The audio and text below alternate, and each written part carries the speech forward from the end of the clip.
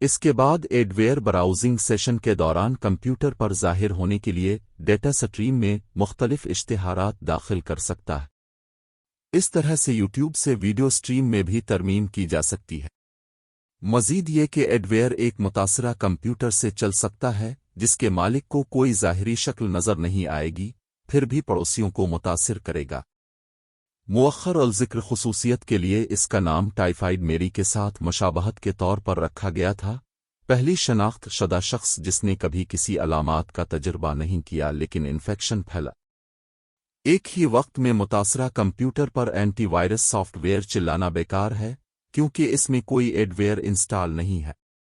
تجویز کردہ انسدادی اقدامات میں شامل ہیں: نیٹ ورک ایڈمنسٹریٹرز کے ذریعے نیٹ ورک میں ARP اسپوفنگ، بدماش DHCP سرورز اور دیگر میاندرمان چالوں کا پتہ لگانے کے مختلف طریقے، مواد میں ترمیم کا پتہ لگانا، وقت کی بے ضابطگیوں کا پتہ لگانا، انکرپٹڈ کنیکشنز کا استعمال کرنا جیسے کہ ویب براؤزنگ کے لیے HTTPS کا استعمال، خفیہ کاری حملوں کو کامیاب ہونے سے روکتی ہے۔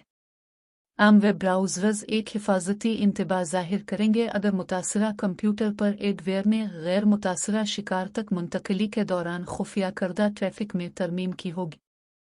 ویب سائٹس تیزی سے HTTPS میں اپ گریڈ ہو رہی ہیں اور 2019 تک انٹرنیٹ ٹریفک کی دوسری قسم کو خفیہ کرنے کے لیے نئے طریقے موجود ہیں جیسے کہ تکراری DNS۔ ہماری بحث کا اگلا موضوع زپ بم ہے۔ زپ بم، جسے ڈیکمپریشن بم زپ آف ڈیتھ بھی کہا جاتا ہے، ایک بدنیتی پر مبنی آرکائیو فائل ہے جسے پڑھنے والے پروگرام اور سسٹم کو کرش بیکار بنانے کے لیے ڈیزائن کیا گیا ہے۔ زپ بم عام طور پر نقل و حمل میں آسانی اور شک سے بچنے کے لیے ایک چھوٹی فائل ہوتی ہے۔ تاہم، جب فائل کو پیک نہیں کیا جاتا ہے تو اس کے مواد اس سے زیادہ ہوتے ہیں جو سسٹم سنبھال سکتا ہے۔ یہ اکثر اینٹی وائرس سافٹ ویئر کو غیر فعال کرنے کے لیے استعمال کیا جاتا ہے تاکہ زیادہ روایتی میل ویئر کے لیے ایک اوپننگ بنائی جا سکے۔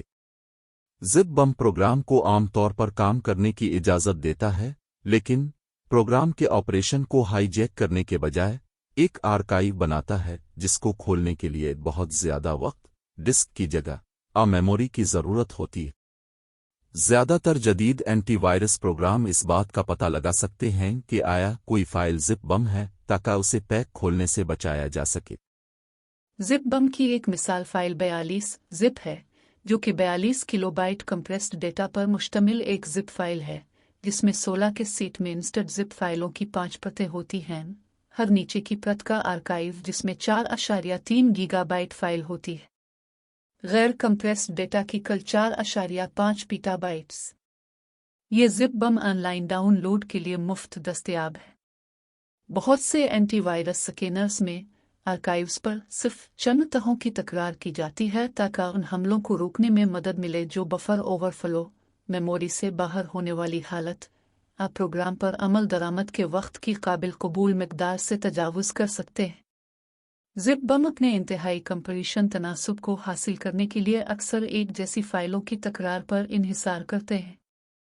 متحرک پروگرامنگ کے طریقوں کو اس طرح کی فائلوں کے ٹر و رسول کو محدود کرنے کے لیے استعمال کیا جا سکتا ہے تاکہ ہر سطح پر صرف ایک فائل کو بار بار فالو کیا جائے اور مؤثر طریقے سے ان کی شرح نمو کو لکیری میں تبدیل کیا جائے۔ ایسی زپ فائلیں بھی ہیں جو غیر کمپریس ہونے پر اپنی ایک جیسی کاپیاں حاصل کرتی ہیں۔ زپ بم کی ایک نفیس شکل 42 زپ میں استعمال ہونے والی انسٹڈلرز کے استعمال کے بغیر بم بنانے کے لیے زپ فائلوں کی خصوصیات اور ڈیفریٹ کمپریشن الگورتھم کا فائدہ اٹھاتی ہے۔ آن لائن براؤزنگ کے دوران محفوظ رہنے میں آپ کی مدد کے لیے یہاں 10 ضروری انٹرنیٹ حفاظتی نکات ہیں۔ ایک محفوظ انٹرنیٹ کنیکشن استعمال کریں۔ پبلک وائی فائی استعمال کرتے وقت آن لائن بینکنگ یا خریداری جیسے حساس لین دین سے گریز کریں۔ اگر آپ کو پبلک وائی فائی استعمال کرنا ضروری ہے تو اضافی سیکیورٹی کے لیے VPN استعمال کرنے پر غور کریں۔ 2 مضبوط پاس ورڈز کا انتخاب کریں۔ ایسے پاس ورڈ بنائیں جو لمبے ہوں، کم از کم 12 حروف، جس میں بڑے، چھوٹے حروف، علامتیں اور اعداد شامل ہوں۔ واضح انتخاب جیسے ترتیب وار نمبر ذاتی معلومات کے استعمال سے گریز کریں۔ 3 لنکس کی تصدیق کریں۔ پر کلک کرنے سے پہلے ان کو 2 بار چیک کریں۔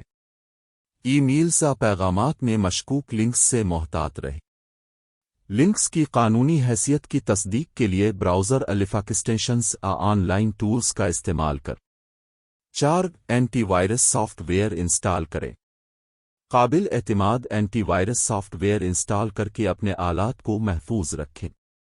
میلویئر اور وائرس کے لیے اپنے سسٹم کو باقاعدگی سے اپ ڈیٹ اور اسکین کریں۔ 5 ذاتی معلومات کے ساتھ محتاط رہیں۔ حساس تفصیلات جیسے اپنا پورا نام، پتہ، فون نمبر، مالی معلومات آن لائن شیئر کرنے سے گریز کریں۔ سوشل میڈیا پلیٹ فارمز پر آپ جو کچھ پوسٹ کرتے ہیں اس کا خیال رکھیں۔ 6 ملٹی فیکٹر توثیق MFA کا استعمال کریں۔ سیکیورٹی کی ایک اضافی پرت شامل کرنے کے لیے جہاں بھی ممکن ہو MFA کو فعال کریں۔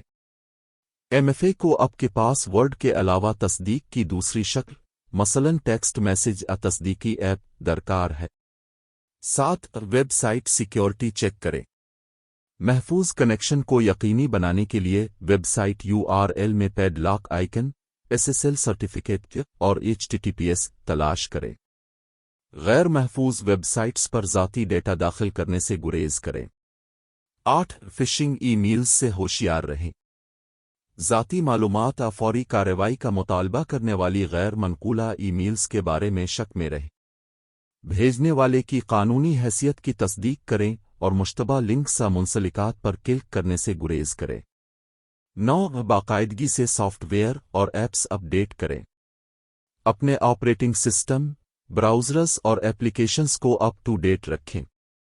اپ ڈیٹس میں اکثر حفاظتی پیچ شامل ہوتے ہیں جو خطرات سے تحفظ فراہم کرتے 10 اپنے آپ کو اور اپنے خاندان کو تعلیم دیں۔ آن لائن خطرات، گھٹالوں اور بہترین طریقوں کے بارے میں آگاہ رہیں۔ اپنے خاندان کے افراد کو انٹرنیٹ کی محفوظ عادات کے بارے میں سکھائیں اور کھلے رابطے کی حوصلہ افزائی کریں۔ یاد رکھیں، آن لائن محفوظ رہنا ایک مشترکہ ذمہ داری ہے اور یہ تجاویز آپ اور آپ کے ڈیٹا کی حفاظت میں مدد کر سکتی ہے۔ دیکھنے کے لیے شکریہ۔